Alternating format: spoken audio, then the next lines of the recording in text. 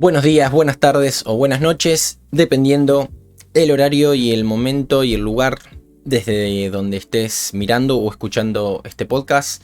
Mi nombre es David. En el día de hoy vamos a desarrollar un tema que se pidió por Instagram. Fue uno de los votados hace un par de semanas, que es sobre confianza y autoconfianza, cómo desarrollar, ¿sí?, un poquito la confianza.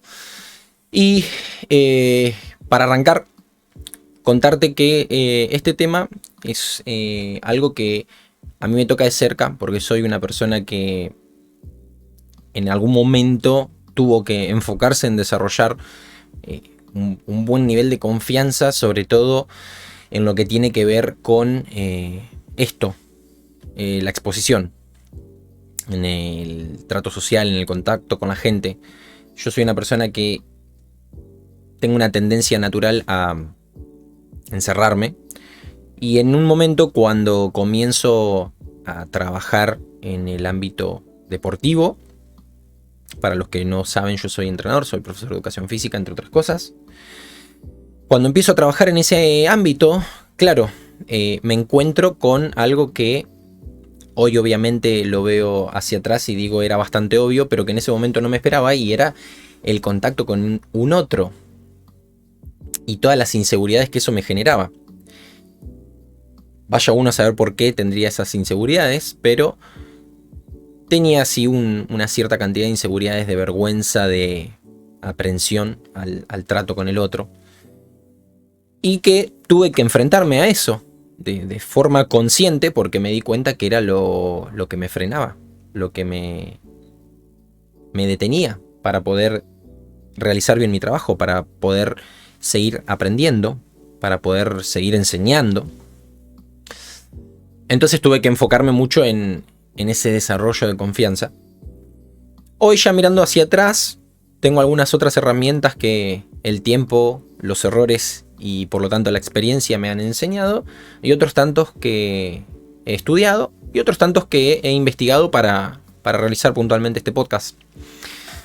Entonces, bueno, quería comentar un poquito eso como para también dar alguna pequeña historia de cómo estas cositas que exponemos, yo las he tenido o que usar, o me han tocado de cerca en algún momento, o me tocan quizás hoy de cerca.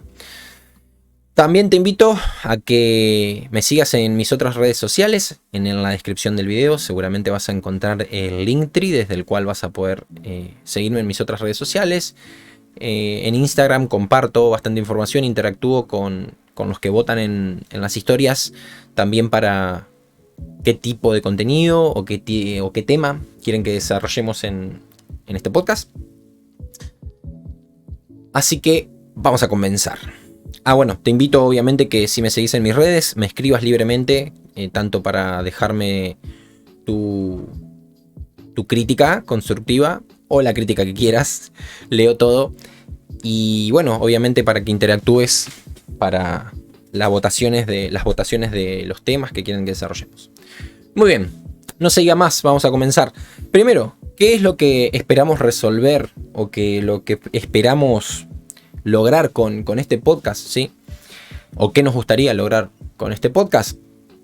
Sí, es básicamente mejorar la confianza en uno mismo, principalmente, para poder también desarrollar confianza con los demás, ¿sí? Fortalecer lazos de confianza con los demás.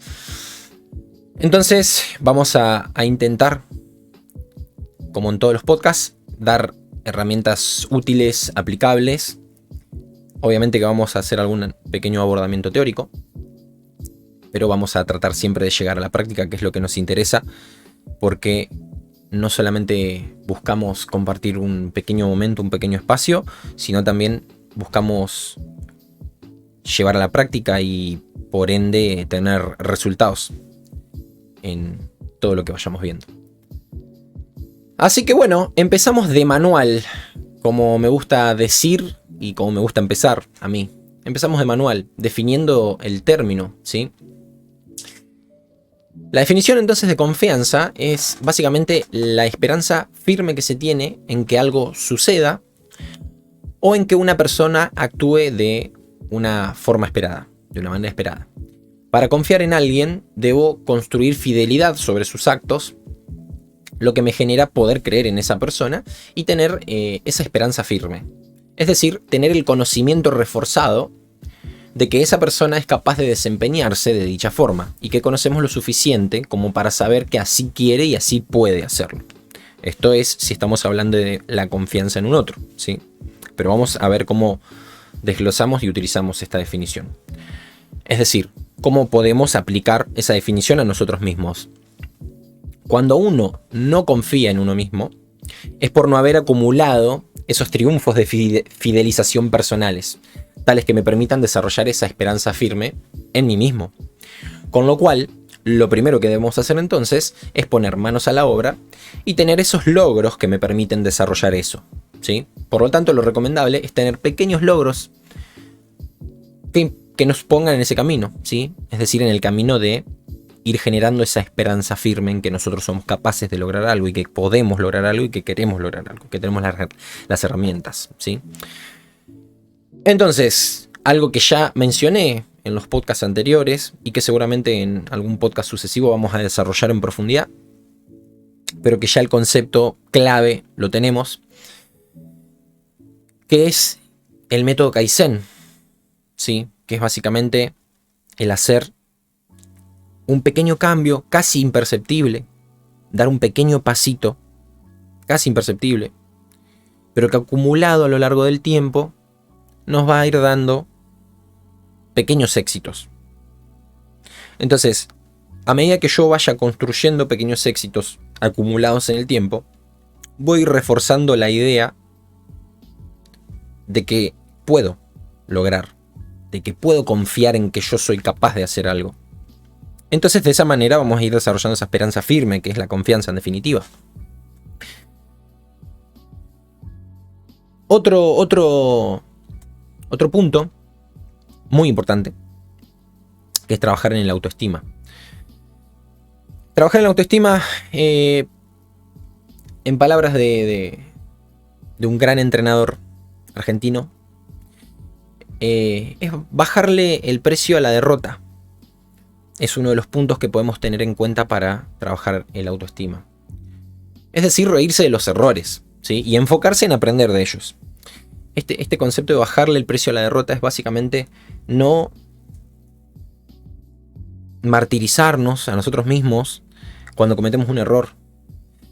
No somos seres perfectos. Tampoco la búsqueda de ser perfecto. La perfección es una idea, es un ideal, es un horizonte, si se quiere, hacia el cual se puede caminar, pero que nunca se alcanza. Parafraseando a Galeano, ¿no? Entonces, digamos, no hay que preocuparnos por el tema de la perfección. Por ende, no hay que preocuparnos por los errores. Lo que sí tenemos que hacer de los errores es tomarlos, es admitirlos y es aprender de ellos. Entonces, por eso este concepto que digo de bajarle el precio a la derrota, ¿sí? Entonces, aprender de esos errores para poder continuar. Y no martirizarnos demasiado por un error. Porque errores cometen las personas que hacen. Si yo no quiero equivocarme nunca en la vida, lo único que tengo que hacer es no hacer nada, ¿sí? Y así, y todo, seguramente no haciendo nada me estoy equivocando. Entonces el error es inevitable. No tenemos que, digamos, generarnos demasiado problema por eso. Sí tenemos que tener una perspectiva de mejora. Entonces, bueno, ante el error, ver qué es lo que se puede mejorar. Otro punto para trabajar en la autoestima es trabajar la autoimagen, es decir, cómo me veo a mí mismo. Y esto es muy ambiguo también, porque ¿qué es lo que yo veo de mí mismo primero para poder cambiarlo? ¿Sí? Entonces depende a qué uno le presta atención, es lo que uno debería obviamente enfocarse en cambiar primero. Si hablamos de ver puntualmente, de lo visual, obviamente que estamos hablando de la estética, de la apariencia. Y obviamente que a la gran mayoría de las personas es lo primero que le impacta, ¿no? Lo que entra por los ojos, dicen, ¿no? O sea, ¿viste? Cuando te dicen la comida entra primero por los ojos. Bueno, es un poquito eso, ¿sí? Si yo veo un plato de comida que tiene un aspecto medio feo, ya no me invita a probarla, ¿sí? Quizás lo pruebo y es un manjar, pero obviamente que al entrar por los ojos ya hay, sí, cierto rechazo, por ejemplo, o cierto atractivo. Pero bueno, quizás nosotros a lo que le prestamos atención en la autoimagen sea a cómo me expreso, a cómo me muevo, ¿sí? Entonces por eso aclaro que con autoimagen me refiero primero a qué es lo que nosotros vemos de nosotros mismos. Pero obviamente que una de las cosas que más uno tiene en cuenta es la cuestión estética. Entonces es un poco cuidar la imagen propia. Primero desde el exterior, en este caso, hablando de esto, ¿sí? Pero por supuesto que el cuidar los pensamientos, el cuidar la expresión, es decir, mejorar la comunicación, también es parte importante. Otro punto a tener en cuenta también para el desarrollo de este punto que estábamos diciendo que era el desarrollo de la autoestima, es básicamente un pensamiento que tengo frecuentemente para estos casos, es la cantidad de personas que hay en el mundo, ¿no? O sea, 7.000 millones de personas, supongamos, en el mundo, un poco más, un poco menos. No debo ser el peor de todos, ¿no? En las cosas que pienso que lo soy. Por ende, todos estamos rodeados de errores constantes y de gente que es peor que nosotros en algún aspecto y seguramente que es mejor que nosotros en algún aspecto. Y eso es normal y eso es humano. Entonces esta idea es básicamente que cuando uno piensa soy el peor del mundo, nada me sale bien, voy de error en error, todas esas cosas se van acumulando en la psiquis, se van acumulando con el tiempo. Y si lo digo y lo expreso y lo siento y lo pienso así en una situación susceptible, es muy probable que eso sea recurrente cada vez que caiga en un estado similar. Entonces es muy importante tener en cuenta que independientemente de lo mal que te pueda ir o del error que puedas cometer en cualquier aspecto, ¿sí? No seas ni el primero ni el último que se equivoca en eso. Y que muy probablemente no seas el peor del mundo. Por eso es que decía, bueno, hay 7.000 millones de personas en el planeta Tierra. No debo ser el peor, por una cuestión hasta probabilística. Entonces es un pensamiento que por ahí yo suelo aplicar mucho y que me suele servir como decir, bueno, no soy ni el primero ni el último. También hay muchas otras más personas que seguramente hayan tenido un error peor que yo. A calmarnos un poco.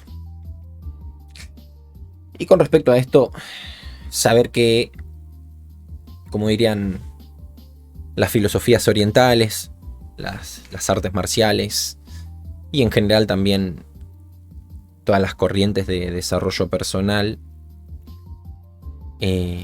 saber que la mente es el peor enemigo, ¿sí?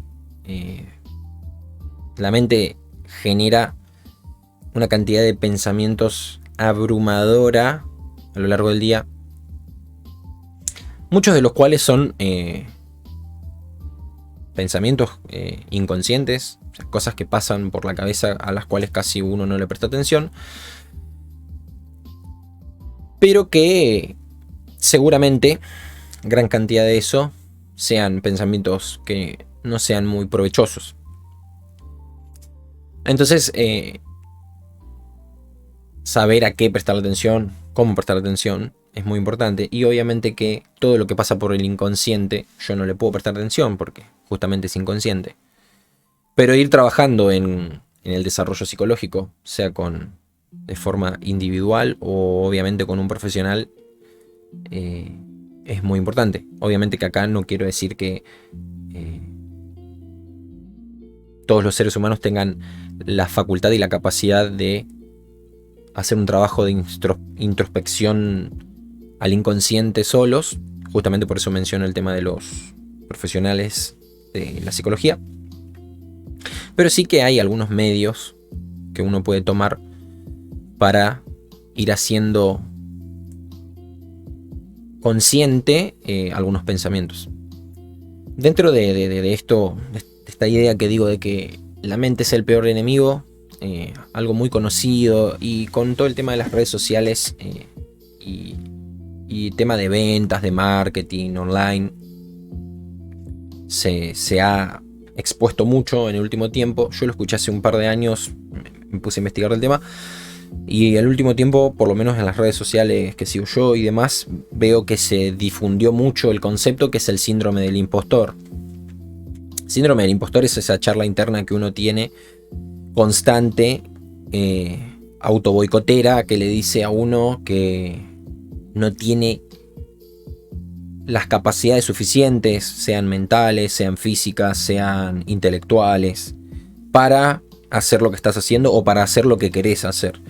Por ejemplo, quiero empezar a ir al gimnasio, soy una persona que no hace actividad física. Disculpen, por favor, que siempre los ejemplos sean con actividad física, pero bueno, es algo que obviamente lo tengo metido en el ADN, así que no puedo evitar, me sale. Entonces, si quiero arrancar, por ejemplo, el gimnasio, y soy una persona que nunca fue al gimnasio, muy probablemente mi cabeza me diga, pero ¿cómo vas a ir al gimnasio? Si vos no fuiste al gimnasio nunca, vos no tenés lo necesario, sos débil, sos flaco, sos muy gordo, sos muy petizo, sos muy alto. Tu mente va a encontrar la excusa ideal para que te sientas mal al respecto y hacerte sentir que no sos lo suficiente. Entonces de ahí viene la idea de impostor, como que no tenés lo necesario para hacer eso. ¿Cómo vas a ir al gimnasio si vos no sos una persona atlética? Entonces ahí es donde hay que, obviamente, buscar la lógica. ¿La lógica cuál es? Pero por supuesto que no soy una persona atlética y por supuesto que por eso tengo que ir al gimnasio. Porque si no voy a ser atlético. ¿Sí? No tengo lo suficiente para ir al gimnasio porque no he ido hasta ahora al gimnasio nunca. Entonces, todo esto forma la charla interna negativa. ¿Sí? Síndrome del impostor es una de las formas más encasilladas de charla interna negativa. Pero, sí, pasan un montón de cosas por la cabeza que el cerebro va a tratar de usar para que vos no salgas de la zona de confort. ¿Sí? Todo lo que implique generar nuevos hábitos, generar nuevos aprendizajes, meter un estímulo nuevo a tu vida, genera una demanda de energía, una demanda de atención, una demanda de conciencia superior a la que necesitas para el día a día. El cerebro va a tratar de ahorrarte todo eso. El cerebro se especializa en ser eficiente, digamos. Quiere hacerte ahorrar energía. Quiere cuidar los recursos que tiene. Entonces, básicamente, ahorrar energía y cuidar los recursos que uno tiene se logra evitando salir de lo que uno ya conoce, de las estructuras que uno ya tiene. Entonces, es entendible que el cerebro haga eso, porque esa es su función. Su función es hacer que todo sea eficiente y ahorrar la mayor cantidad de energía posible. Entonces, sabiendo esto, cada vez que escuchemos esa vocecita, decir, esta es la vocecita del cerebro que quiere que ahorremos esta energía. Bueno, no, pum.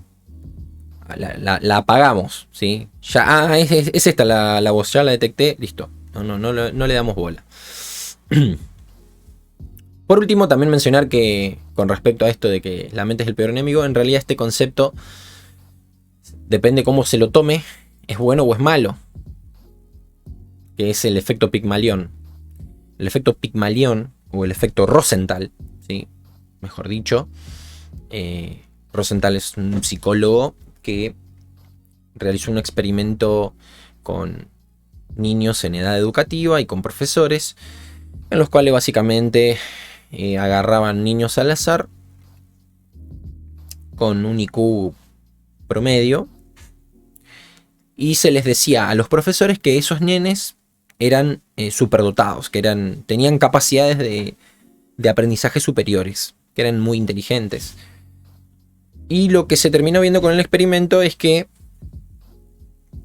al correr el tiempo, esos niños lograban en pruebas de de rendimiento intelectual lograban desarrollar un IQ superior al de sus compañeros. Entonces, claro, vieron que diciendo que este era más inteligente, en el mediano a largo plazo lograba y terminaba siendo más inteligente. En el caso de este concepto que yo quiero terminar de cerrar acá, de que la mente es el peor enemigo, es el efecto Pigmalión pero a la inversa, el efecto Rosenthal pero a la inversa, que es el de la profecía autocumplida. ¿Sí? Es lo mismo, ¿sí? El mismo concepto. Si yo agarro a una persona y a todo su entorno le digo que esta persona es poco inteligente, que no tiene los recursos suficientes intelectuales para desarrollar tal tarea y demás, lo más probable es que su contexto lo empiece a condicionar, lo empiece a aislar, lo empiece a encapsular, lo empiece a apartar, porque ya hemos condicionado el pensamiento de todo su contexto, de todo su entorno, a no tenerlo en cuenta en el desarrollo de dichas actividades, sean intelectuales, físicas o lo que sea. Un poquito más adelante ahora vamos a hablar, a cerrar la idea del efecto Pigmalión, pero utilizado de la manera que a nosotros nos conviene. ¿Cómo podemos empezar a contrarrestar estas cosas? Es teniendo y desarrollando la inteligencia emocional. De manera resumida, todo el tema de inteligencia emocional es un tema que da para, no solo para un podcast, sino como para varios podcasts, pero de manera resumida para que quede dentro de este podcast. Sí, ¿cómo podemos utilizar la inteligencia emocional? Primero es reconociendo las emociones que nos invaden. Y el siguiente paso a reconocer es etiquetar, ponerle un nombre. Si esto que estoy sintiendo es ira, esto que estoy sintiendo es enojo, esto que estoy sintiendo es angustia, esto que estoy sintiendo es tristeza, esto que estoy sintiendo es felicidad, ¿sí? Ponerle un nombre. Ponerle un nombre básicamente lo que me facilita es reconocer. Para eso uno etiqueta, para eso pone un nombre, ¿sí? Para reconocer, para poder acercar al entendimiento. ¿Qué es esto que me está pasando? Cuando uno puede reconocer, etiquetar, ¿sí? Y acercar eso a la cabeza, a la mente, para poder conocerlo, lo que puedo hacer entonces a partir de ahí es tomar una decisión racional. Entonces básicamente son estos 4 puntos: reconocer la emoción, etiquetar la emoción, regular con racionalidad y decidir, ¿sí? Metiéndonos entonces un poquito dentro de esto, la formación psicológica, básicamente, ¿sí? Que es básicamente entender que los miedos, que son como los condicionantes naturales, ¿no? Del cerebro, en algún momento nos han servido para la supervivencia. Hoy ya no estamos en la sabana donde nos puede correr un león, pero el cerebro sigue funcionando casi de la misma manera. Entonces, saber que los miedos existen, saber que los miedos se producen en el cerebro, pero que no son ni por cerca las amenazas que parecieran ser. Entonces, nuevamente, saber que esto existe, saber que esto está, saber que esto aparece en el cerebro y etiquetarlos es fundamental. Saber qué es un miedo y por qué se produce. Entonces, de esta manera lo que podemos aplicar es justamente lo que estábamos diciendo del efecto Pigmalión, con la connotación positiva, ¿sí? Si yo sé que tengo la capacidad de desarrollar determinada actividad, que tengo la capacidad de aprender determinada actividad, que tengo el tiempo, que tengo las ganas, la motivación y la disciplina, que es tema del próximo podcast, entonces me voy a estar condicionando positivamente a emprender en el aprendizaje, en la realización de determinada tarea o de determinado hábito o de determinado estudio, de determinado trabajo, de determinado emprendimiento. Todos los miedos que solemos tener en realidad suelen no existir, son pensamientos que rumiamos, lo que decíamos hoy, por prestar atención a la mente y a todos los pensamientos que andan dando vuelta, cuya naturaleza es crear constantemente pensamientos, ¿sí? Ni más ni menos. Por otro lado, ¿qué probabilidades hay de que esos escenarios de miedo que la mente nos da se hagan realidad? ¿Sí? Generalmente suelen ser exageraciones que genera la mente. Y además, saber que los miedos son solo una parte de la vida, pero no son toda la vida, ¿sí? Siguiente punto, la capacitación práctica, ¿sí? Es decir, el conocimiento teórico y práctico y la repetición de dicho conocimiento teórico y práctico. Cuando, por ejemplo, tengo que estudiar, trabajar o desempeñarme en una actividad en la que me siento inseguro, es decir, en la que no me siento confiado, básicamente, cuanto más practique eso, más confianza voy a desarrollar. Indistintamente de que no lo haga de la mejor manera. Pero a medida, como dijimos hoy, que vayamos cometiendo errores y que tomemos esos errores para el aprendizaje, voy a ir mejorando sobre el proceso. Y esta idea de mejorar sobre el proceso es básicamente que la práctica hace al maestro. Y por lo tanto, entender que la confianza se va construyendo con la acumulación de pequeños logros alcanzados con esa práctica, que es lo que decíamos hoy. ¿Sí? Acumular pequeños logros casi imperceptibles a lo largo del tiempo para lograr una montaña de logros y por ende construir una montaña de confianza. Por otro lado, y otro punto, que es quizás un poco lo mismo explicado desde otro punto de vista o con otro concepto, que es expandir la zona de confort. A medida que voy teniendo pequeños éxitos acumulados, ¿sí?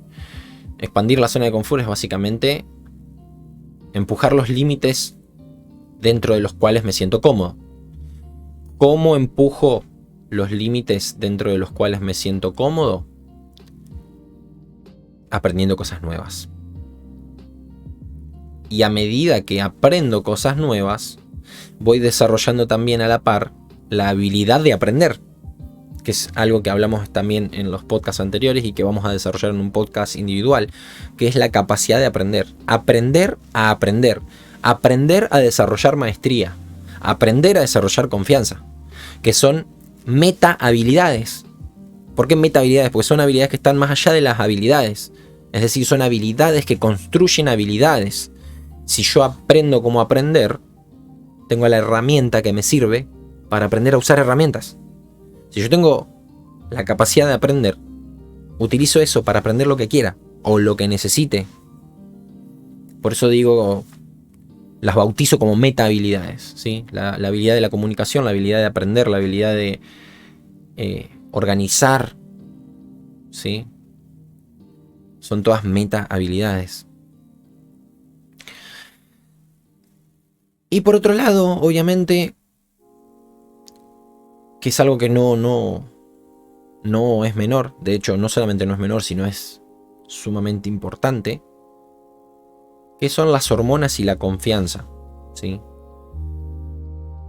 Dentro de algunas hormonas que quiero mencionar, que me parece que son interesantes, no solamente para la confianza, sino para la salud en general, y obviamente que intervienen en un montón de otros procesos fisiológicos, pero que para este caso me parecieron importantes mencionarlas, son la oxitocina como primera medida.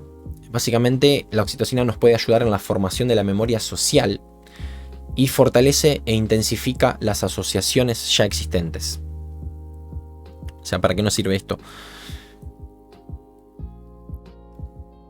Para poder no solamente desarrollar confianza en el otro, sino para poder desarrollar la confianza propia.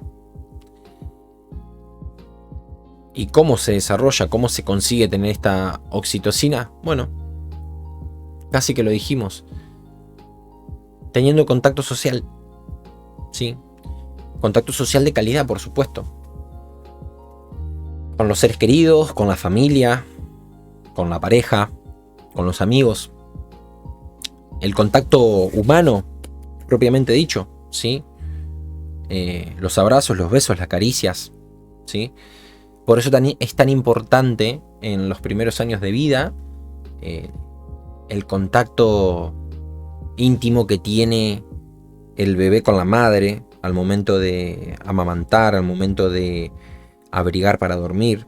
Y ojo, acá pongo el ejemplo de la madre porque es la persona que amamanta, ¿sí? La persona que alimenta, y es en donde se genera un vínculo, ¿sí? Que es irreemplazable en el desarrollo de ciertas estructuras psicológicas y cognitivas, por lo tanto emocionales. Otra hormona muy, muy importante es la serotonina, que mejora la autoestima, baja los niveles de ansiedad y se asocia a la felicidad, la serotonina, ¿sí? Entonces es imposible ser una persona con confianza si no se es una persona feliz. Y esto puede ser muy debatible, por supuesto, porque quizás podamos encontrar algunos personajes históricos que eran infelices y sin embargo eran muy confiados. Pero bueno, yo te dejo mi opinión, mi punto de vista, mi concepto y mi forma de ver las cosas, que pueden no estar al 100% correctas, pero es mi forma de verlo. Entonces, más allá de los conceptos que expongamos, yo también te doy mi punto de vista. ¿Cómo podemos mejorar los niveles de estas dos hormonas, de oxitocina y de serotonina? Bueno, ya comentamos algo, pero tratando de resumir y pidiendo perdón si soy un tanto simplista, pero tener un descanso adecuado, exponerse al sol, exponerse al contacto social que recién dijimos, sobre todo con gente que uno quiere, con afectos, y tener contacto físico, ¿sí? Dentro del descanso adecuado, una hormona muy importante es la melatonina, ¿sí? Que combate el estrés y el sueño y permite antioxidar, es decir, generar una recuperación adecuada en el cuerpo. Básicamente la melatonina se estimula cuando las luces decaen, es decir, cuando se hace de noche, pero que está muy inhibida debido a todas las luces artificiales. Entonces, lógicamente, ya te habrás dado cuenta, lo que deberíamos hacer es bajar la exposición a las luces. Por eso el tema de las pantallas nos inhibe tanto al momento de dormir, porque justamente nos ingresa luz que no debería estar ingresando e inhibe el desarrollo de la melatonina. Entonces lo que deberíamos hacer es tratar de eliminar todas las luces artificiales, entre ellas las pantallas. Un concepto que mencioné y quizás no di este último tip, que es sobre la charla interna.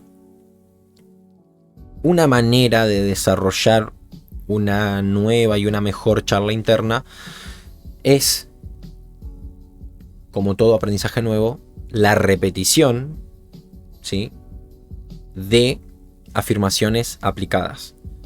Afirmaciones aplicadas, lo que estoy queriendo decir con afirmaciones aplicadas es una afirmación, es decir, una frase en positivo, si se quiere, que pueda ser aplicada a la realidad que yo quiero cambiar, que yo quiero lograr. Es decir, no tengo que enfocarme en lo que estoy haciendo mal, sino enfocarme en aquello que quiero hacer bien, ¿sí? Es decir, en aprendizaje, en enseñanza y aprendizaje, esto es muy importante. Por ejemplo, al momento de corregir, si yo tengo que corregir a una persona, supongamos que está sumando 2 más 2 y me pone un 5, entonces yo no le tengo que decir 2 más 2 no es 5. Yo lo que tendría que decir al momento de corregir es 2 más 2 es 4. Entonces de esa manera yo enfoco en la solución.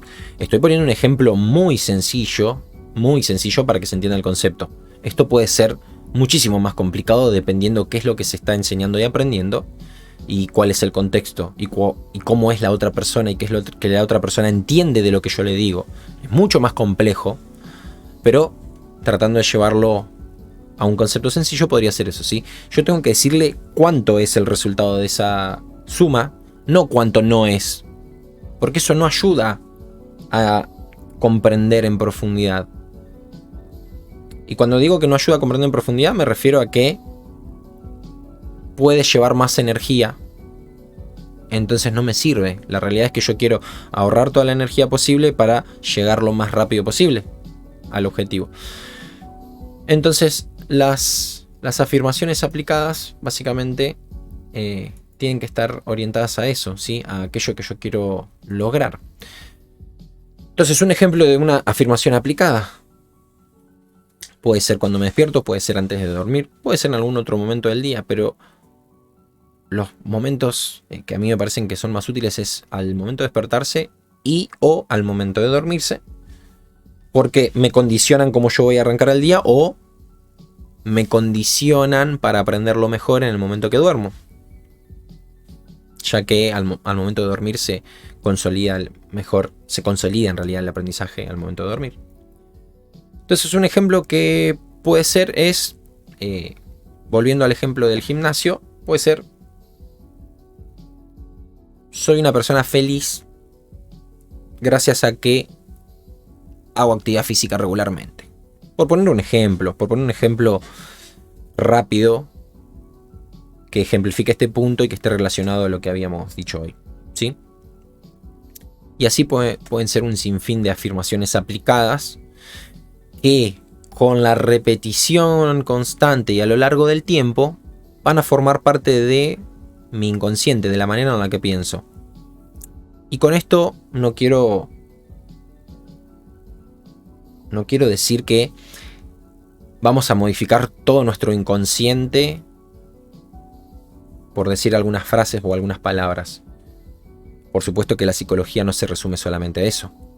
Es decir, desentramar todas las cosas que hay en el inconsciente. No se resumen solamente a eso, pero sí que van a ser una herramienta de gran ayuda. Entonces, para resumir y para hacer un breve repaso, método Kaizen, ¿sí? Sumar pequeños logros a lo largo del tiempo, hacer pequeñas cositas casi imperceptibles que pueda ir sumando para lograr esa montaña que dijimos de pequeños logros. Trabajar en la autoestima, ¿sí? Aprendiendo de los errores, sin culparse demasiado por ellos, porque errar es humano y vamos a errar hasta el último día de nuestras vidas. Sabiendo que voy a errar, lo que tengo que hacer es aprovecharlo para aprender. Bajarle el precio a la derrota. Trabajar en la autoimagen, dependiendo qué es lo que yo considero por autoimagen, sí, pero es cómo me veo, cómo pienso y cómo recibo los pensamientos y opiniones que los demás tienen de mí, cómo los recibo, ¿sí? Trabajar sobre eso. Saber que la mente es el peor enemigo y que si no logramos controlar a ese gran enemigo que es la mente, nos puede hacer sus esclavos.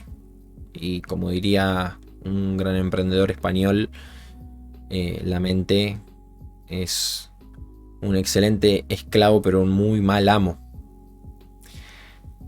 Tener en cuenta esta idea de la charla interna y del síndrome del impostor, la charla interna negativa y el síndrome del impostor, y el efecto Pigmalión desde el punto de vista negativo, es decir, la profecía autocumplida. Saber utilizar la inteligencia emocional, reconociendo la emoción, etiquetando la emoción, regulando con racionalidad y tomar la mejor decisión posible. Todo eso va a hacer a la autoformación psicológica, ¿sí? Y que los errores son una parte de la vida, los miedos son una parte de la vida, pero no son toda la vida. Y la capacitación práctica, que es básicamente el conocimiento teórico y práctico aplicado con repetición y con constancia, aprendiendo de los errores para de esa manera lograr maestría y por lo tanto confianza. Y expandir nuestra zona de confort, aprendiendo nuevas cosas, logrando nuevos éxitos y modificar la charla interna entonces con una herramienta que pueden ser las afirmaciones aplicadas. Esto ha sido el podcast de desarrollo de confianza. Espero que te haya gustado. Si te gustó, te agradezco muchísimo que compartas en tus redes, que le saques una fotito en este momento al podcast o una impresión de pantalla, que la subas a tu Instagram, a tus redes y que me etiquetes. De esa manera logramos llegar a más gente y logramos impulsar para seguir compartiendo información, para seguir desarrollando estos espacios, ¿sí? Te vuelvo a invitar a que me sigas en mis redes. Te dejo Linktree acá abajo para que me puedas seguir en mis otras redes. Espero que te haya gustado mucho. Te saluda David Zangali.